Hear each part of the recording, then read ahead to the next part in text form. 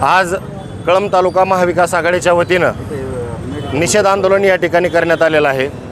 बदलापूर येथील झालेल्या घटनेच्या निषेधार्थ तेथील 2 मुलींवर झालेल्या लैंगिक अत्याचाराबद्दल महाविकास आघाडीच्या वतीनं आदरणीय पक्षप्रमुख उद्धवजी ठाकरे यांनी महाराष्ट्र बंदची हाक दिली आणि हे हाक संबंध महाराष्ट्राने ऐकले। हे बघून या सरकारतील काही लोकांनी कोर्टामध्ये जाण्याची प्रक्रिया केली आणि कोर्टाच्या आदेशानुसार आणि बंद मागे घेण्याचं काम महाविकास आघाडीच्या माध्यमातून झालं।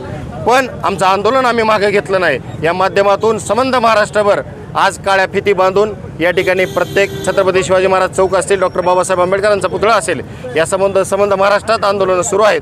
त्या पद्धतीनंच आज कळंब शहरामध्ये आम्ही सर्व महाविकास आघाडीतील घटक पक्ष आणि येथील नागरिकांच्या समवेत छत्रपती शिवाजी महाराज चौकामध्ये काळ्या फिती बांधून या सरकारचा निषेध या ठिकाणी नोंदवण्यासाठी आम्ही सर्वजण जमा झालो।